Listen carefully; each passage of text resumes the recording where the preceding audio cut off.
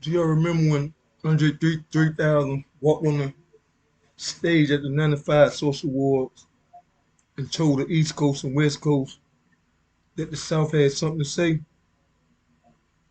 Well, I'm here to tell the Eagles and Cowboy fans that the Commanders have something to say.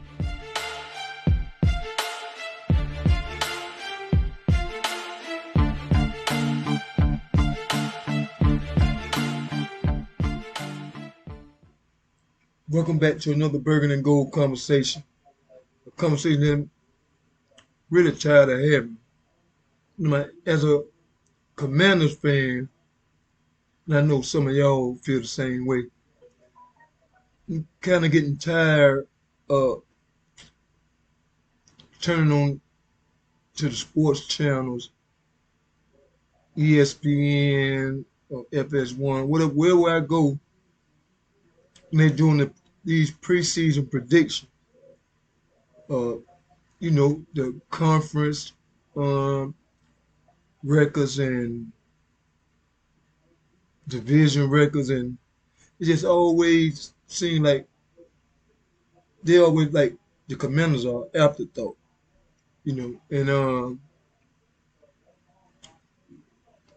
I come to find and ask myself, what? I mean, I know the Cowboys. I'm not. I know the Cowboys are big business. I understand that. You know, the more times you speak on the Cowboys, or rate that's rate. I understand that, but it should be some time you should be. You should take your job serious. Sometimes just call it down the line. I mean, it's no way in the world. Let me just go say it like this. It's no way in the world you can look at the Cowboys roster and the Commander roster and just tell me that the Cowboys have a better roster than the Commanders from top to bottom. There's no way unless you. And I realize a lot of the analysts and a lot of the people played like Keyshawn and Marcus Spears and the other people just probably love the Cowboys. Because it's an American team. It's good for ratings. But there's no way in the world you could tell me that if you from a unbite from a neutral standing that from top to bottom that the Cowboys roster is better than all. You can't say that. You can't defensive line. Who would y'all get that edge to? Y'all think y'all actually think that the Dallas Cowboys defensive line is better than all? They got Michael Paulson and that's an exception. I give him Paulson because yeah, I won't get into that. But okay, you have Paulson. That's edge. Montez Sweat, Chase Young. I get the edge, the Paulson. But now it's three more people on the defensive line. So you got Deron Payne, Jonathan Allen, and Sweat or Payne, whichever one you want to compare with Paulson. So the edge should go to the commander. Receiving core, hands down, that should be hands down. You telling me that as a whole, the Dallas Cowboys have a better receiving core than the Washington Commanders? Come on, man. I don't think CD Lamb is even better than, and they will label, I don't know what they will label Jahan Dawson number one, McLaurin two, Samuels three, or how to do it, but I would put Curtis Samuel, we just call him number three, against CD Lamb. So the edge goes to the Commanders in receiving core. Okay, run. Okay, let's skip that. Running. Well, we do running backs. Running backs. Brian.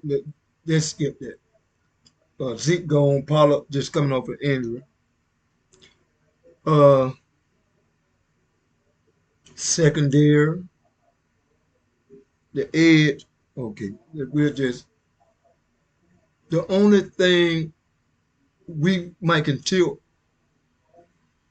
the Cowboys' way is you might can say quarterback, and that's because we yet to see what Sam Howell brings. I'm on record saying Sam Howell's gonna supplant Prescott this year.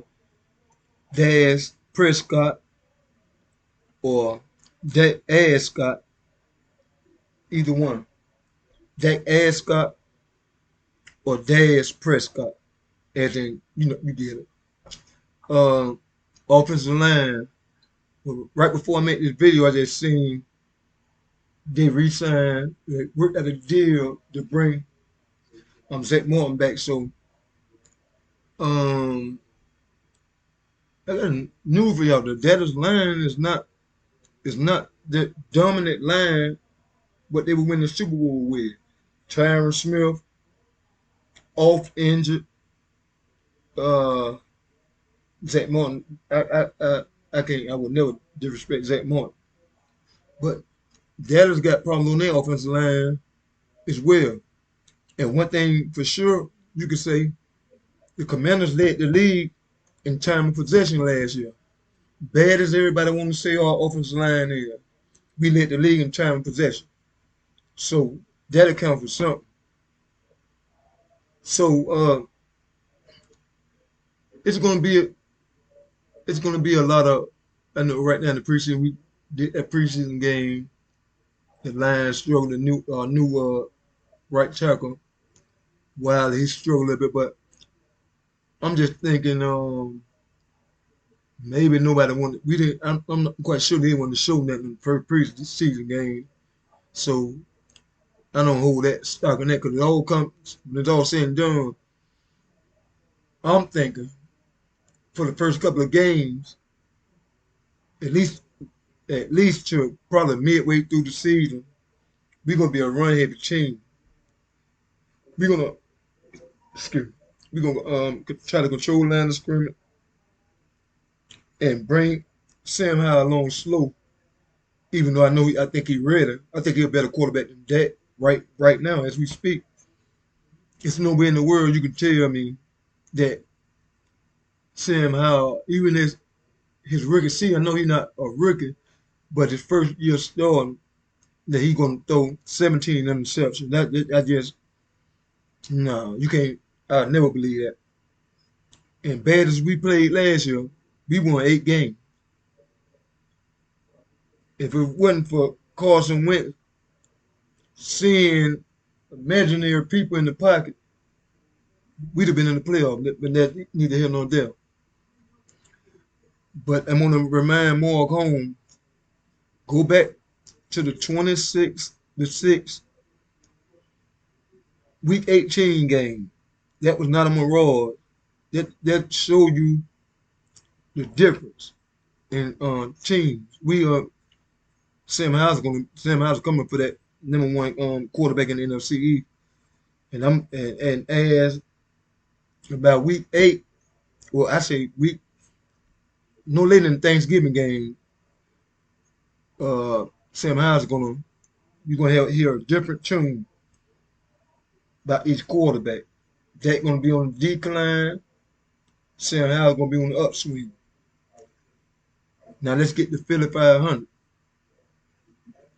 Philly 500. Y'all forget who gave y'all your first loss of the season last year? Yeah, it was us. And I see y'all sticking your chest out, even though y'all wasn't chirping at Jalen Carter, wasn't chirping at us. He was talking about the Cowboys. But I got a problem with that too. It's like just overlooking us. Well, we got something to say about the best defense in the league. We got some.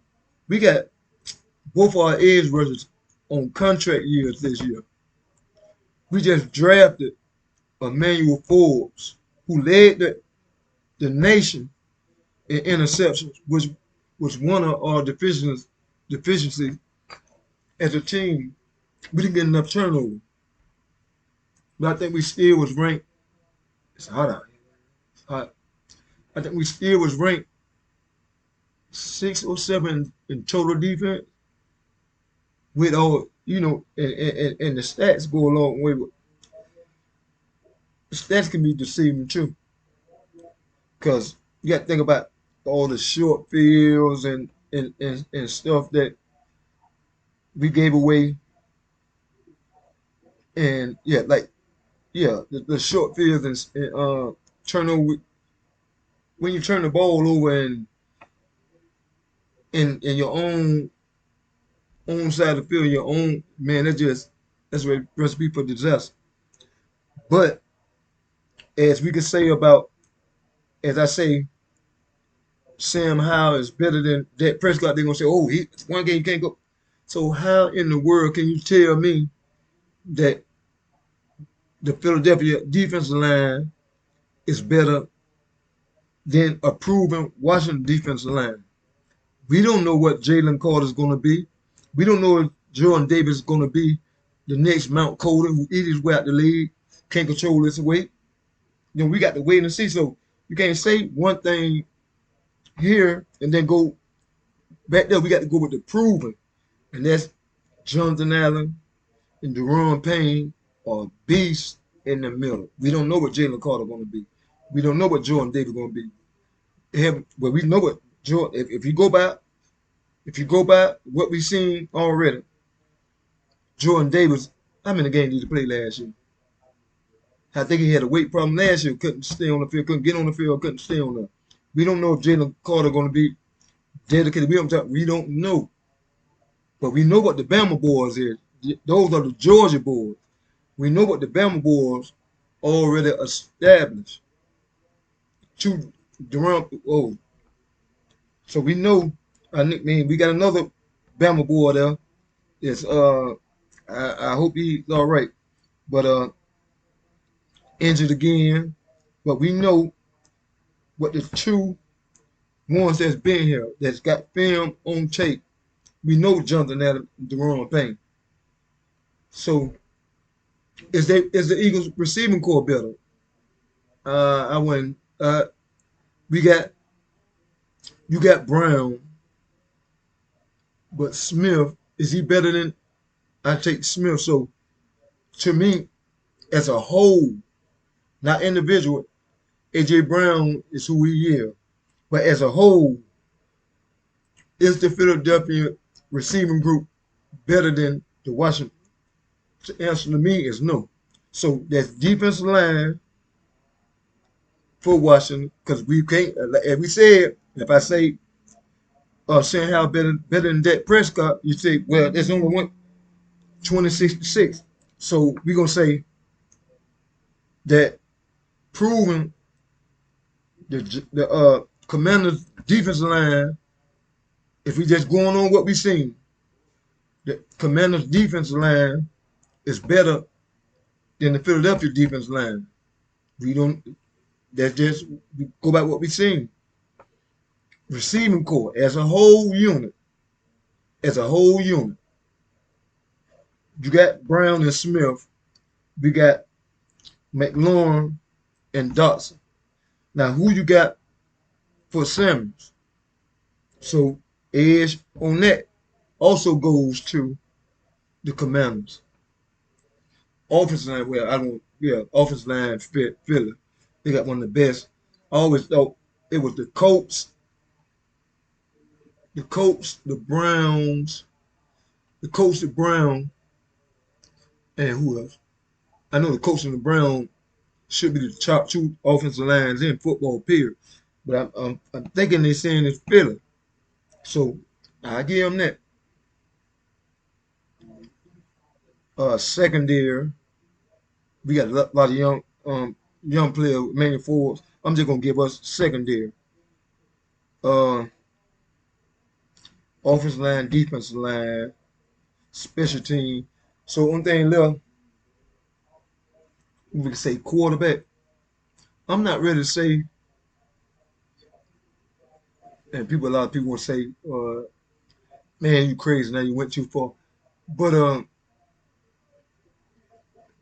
we just go as a better as a prospect. And you can say, well, saying how I got drafted in the fifth round. Uh, their quarterback got drafted in the Jalen Hurts got drafted in the second round. Who had the better? I can't say, and y'all don't mind me when I do this. I'm just get my thoughts together because none I don't write it down. I'm just coming up. So don't mind me if I just happen to look off and try to gather my thoughts. So don't hold that against me. I'm trying to think who was the better prospect coming out of college. I knew Jalen Hurts got replaced in Alabama. Wind up in Oklahoma. So I got to see like y'all gonna tell me about my quarterback. I got to see him do. I know he got to the Super Bowl, but I get it. I'm not gonna do that. I would say Howard's better than Ash Prescott, or I didn't say that wrong. Daz Prescott or Dak Ascott. But the Edge as a whole team, I'm not gonna say Philly has a better right, not like the all the analysts. I'm getting tired of hearing this. Lewis Riddick is the only one that seemed to know football. He's the only one. Seems like as a Commander fan, are we the only one that know the talent we got on this team? Like y'all national media, y'all should be doing this. Y'all should know Jahan Dawson was a one at Penn State. He wasn't like McLaurin and at Ohio State. He was the one that the ball was coming to and you couldn't stop him. He produced in college. That's why I don't understand why a lot of the YouTubers, fellow YouTubers, watching YouTubers, they hate Jahan. They wanted Chris Olave. This year they wanted uh, Gonzalez over Ford. I'm happy with the people we got. We got we got film rats and self-motivated people with the Jahan Dawson. They like the old man. We got our own people, some of our own YouTube content creators that not really down with this team. I don't know. I'm happy with Jahan. Like I said, Jahan was at Penn State by himself. You know the ball was coming that way, and you couldn't do. And that's what Ron made the emphasis that year. That self-motivated, love the game. Stay in the playbook. Stay in the playbook like Forbes in the playbook. Play recognition. Just man, I love Manuel Forbes. Uh, but as a whole team, I say we match up well with Philly and Philly 500. Don't think I forgot when y'all had y'all chest stuck out last year. Who gave y'all your first L? Who gave y'all your first L? It was just like when Pittsburgh was running around with their chest stuck out undefeated. I think 11-0 or 13-0 till they ran into those bullets. No commander. We love deflating people when they got their chest stuck out. But it should be an interesting season. But I'm just tired of being overlooked by the national media. I'm tired of them just not anointing, but pretty much just making it a two team race between Philly and Dallas. All I want to say is the Commanders got something to say.